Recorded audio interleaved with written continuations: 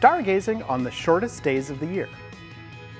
Hey there, stargazers. I'm James Albury, director of the Kika Silva Pla Planetarium in Gainesville, Florida. And I'm Dean Regas, astronomer for the Cincinnati Observatory. And I'm Marlene Hidalgo, science teacher from Miami-Dade County, Florida. Although you may have never thought about it before, for people who live at mid-northern latitudes across the U.S. and Europe, June is the month of the shortest nights for stargazing because at the time of the summer solstice, which this year is Friday, June 21st, hours of daylight are longest and hours of darkness are shortest. In fact, for many people at mid-latitudes, it doesn't even get fully dark out until 10 or 11 o'clock, especially when you factor in daylight saving time. So let's do a quick preview of what you can see just after it starts to get dark out, if you live at mid-northern latitudes. Okay, we've got our skies set up for June 10th after sunset facing north, where you may see the Little Dipper sticking straight up above the North Star. In fact, the North Star is the star in the end of the handle of the Little Dipper. Now, the Little Dipper is not nearly as large or bright as the Big Dipper, which is directly to its left in the northwest. 4 stars mark its cup and 3 stars mark its handle.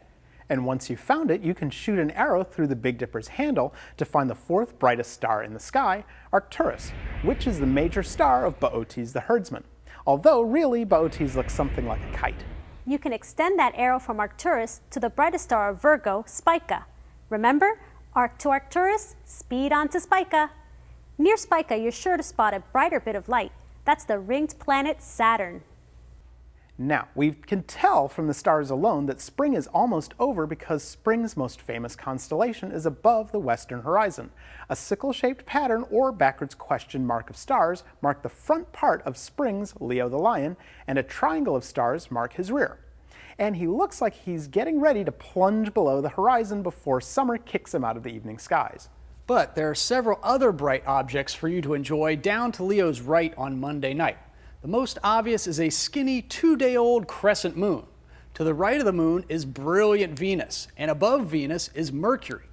This is one of the best times this year to spot Mercury. Now, Mercury is much dimmer than Venus, but if you watch over the next 2 weeks, Venus and Mercury will get closer each night. Here's the 12th, the 14th, the 16th, the 18th, the 20th. Venus keeps shifting farther left each night while Mercury drops steadily lower. Next, if you turn around 180 degrees and face east, you can see 3 incredibly bright stars which mark the points of a very large triangle. The brightest is Vega, the second brightest Altair, and the third Deneb. The 3 stars which mark the points of the Great Summer Triangle. And every summer in mid-June, just after it gets good and dark out, we always see this triangle of 3 celestial dazzlers rising over the eastern horizon. Of course, my personal favorite stars of summer are always somewhere in the south. So if you look a little left of due south, you'll see a giant fishhook-shaped pattern of stars just rising above the horizon. It's summer's infamous Scorpius the Scorpion. So even though these are the shortest nights of the year, you'll have no shortage of things to see in the night sky. Monday night the 10th, catch a skinny crescent moon beside Mercury and Venus. Venus will be in the western evening sky all summer long, but be sure to catch Mercury at its best evening viewing for the rest of the year, especially the nights of June 18th and 19th when they'll be close side by side.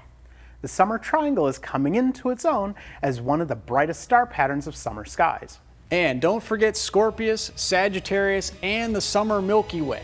That will brighten up the southern skies as you keep looking up.